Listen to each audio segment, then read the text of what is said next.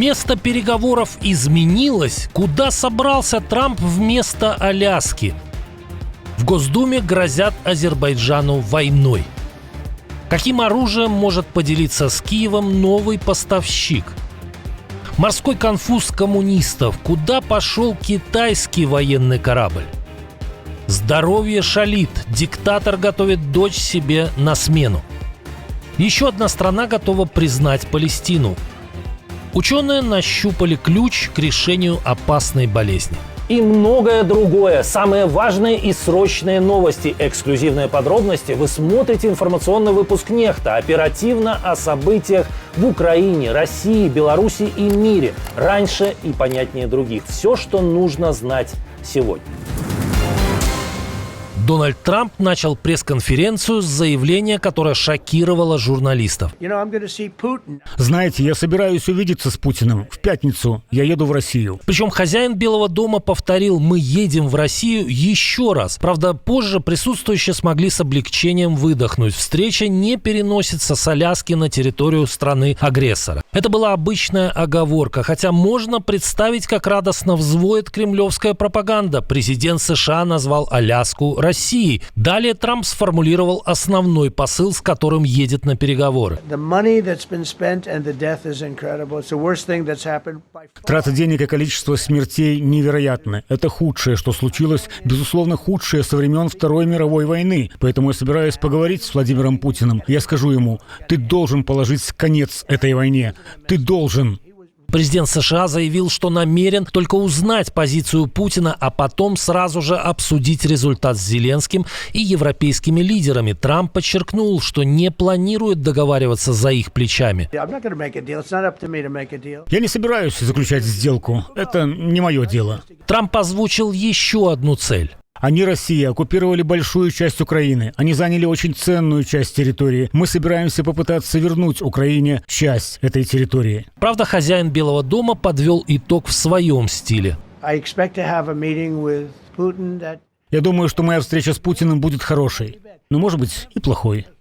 А тогда хозяин Белого дома может вернуться от переговоров к санкциям. Похоже, это понимают важные игроки. Пока Дональд Трамп выступал перед журналистами в Вашингтоне, Владимиру Зеленскому неожиданно позвонил премьер Нарендра Моди. Ведь 50% пошлины в отношении Индии за покупку российской нефти Трамп пока не отменял. Москва повышает градус в конфликте с Баку. За пропагандой, которая грозит второй СВО на Южном Кавказе, подключилась Госдума. На сцене появился Андрей Гурулев, который известен озвучиванием грозных инициатив. Депутат пригрозил введением эмбарго. Вообще нет большого ума портить отношения с таким большим соседом, как Россия.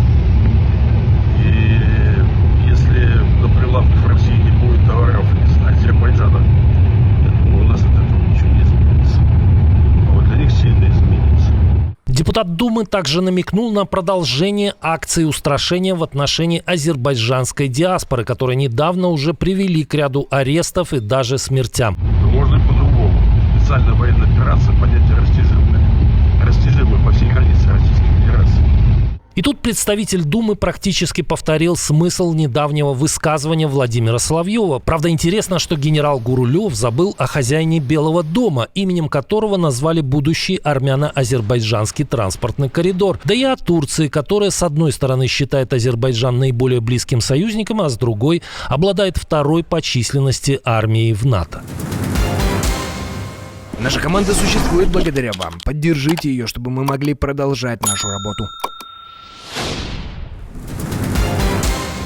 Тем временем Ильхам Алиев делает очередной шаг навстречу Украине. После недавнего разговора с Владимиром Зеленским президент Азербайджана подписал распоряжение о выделении $2 миллионов с целью оказания помощи Украине. Речь идет о передаче Киеву необходимого электрооборудования, но это может быть только началом. Дальнобойная артиллерия, системы залпового огня, сотни бронетранспортеров. Такую технику мог бы передать Баку Киеву в случае снятия эмбарго на поставки вооружений. Оценку азербайджанских арсеналов сделали в издании Defense Express. О том, что Баку может пойти на такой шаг, стало известно накануне из неофициальных источников после ударов России по энергетической инфраструктуре Азербайджана в Украине. По мнению аналитиков, страна обладает большими запасами советского оружия и не только. Издание считает, что есть высокая вероятность передачи Киеву ряда самоходных артиллерийских установок «Гвоздика» и «Акация». Имеются в арсенале Баку и сотни образцов прицепной артиллерии, как раз таких, которые сейчас применяются подразделениями сил обороны Украины. Азербайджанская армия не осталась бы с пустыми руками. На вооружении есть более современные сербские и чешские образцы, закупленные в прошлом году. Страна могла бы поделиться с Украиной сотнями ракетных систем залпового огня. Defense Express указывает, что сейчас Азербайджан активно покупает турецкие аналоги, чтобы избавиться от российского и советского вооружения. Баку имеет в запасе и сотни советских и российских бронетранспортеров различных образцов, а также немалое число боевых машин пехоты, не говоря уже о танках.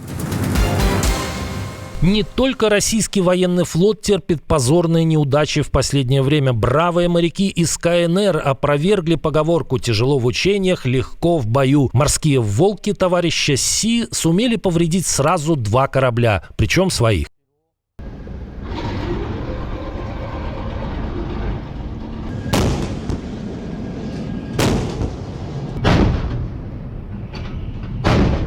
Инцидент произошел в Южно-Китайском море недалеко от спорного рифа. Из-за него Пекин спорит не с Тайбэем, а с Манилой. Вот и в этот раз китайская береговая охрана обвинила филиппинских рыбаков во вторжении в свои территориальные воды. Моряки коммунистического режима применили водометы, а потом начали преследовать катер филиппинской береговой охраны, который пришел на помощь рыбакам. В результате опасного маневра китайский военный корабль столкнулся со своим же судном береговой охраны. В общем, получилось совсем не так красиво, как на учениях, которые буквально на прошлой неделе Китай и Россия провели в Японском море.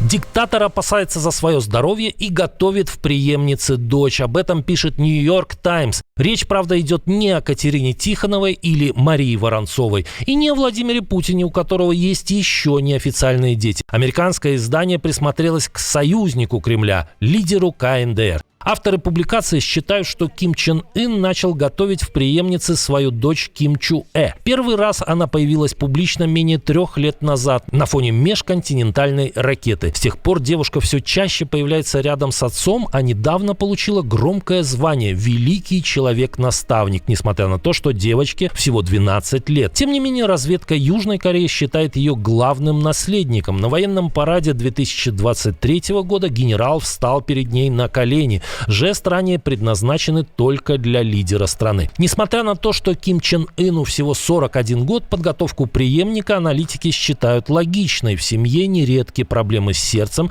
а третий представитель династии потомственных диктаторов страдает от лишнего веса, курит, пьет и ведет ночной образ жизни. Если Ким Чен Э действительно в будущем сменит отца на посту, то станет первой женщиной во главе тоталитарного режима, обладающего ядерным оружием. Очередная страна объявила о намерении признать Палестину. На этот раз речь идет об Австралии. Премьер-министр Энтони Альбанезе выступил с официальным заявлением. Сегодня я могу подтвердить, что на 80-й сессии Генеральной Ассамблеи Организации Объединенных Наций в сентябре Австралия признает государство Палестина. Австралия признает право палестинского народа на собственное государство. Мы будем работать с международным сообществом, чтобы сделать это право реальностью.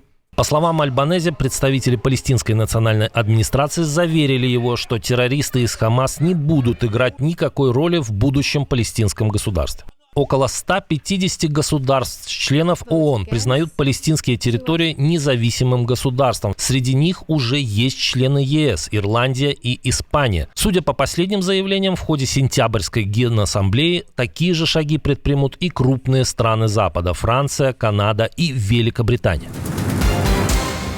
Открытие, которое может помочь миллионам людей. Исследователи Гарвардской медицинской школы обнаружили связь между болезнью Альцгеймера и нехваткой важного элемента в организме пациентов. Речь идет о литии. Ученые обнаружили, что уровень содержания этого металла в мозге больных заметно ниже нормы. В экспериментах на мышах прием лития аратата восстановил способности к запоминанию, снизил количество амилоидных бляшек и патологических тау-белков. По словам профессора Брюса Янкнера, идея о дефиците лития как возможной причине болезни принципиально новая. Это открытие может стать основой для нового подхода к терапии заболевания, которым страдают более 55 миллионов человек по всему миру.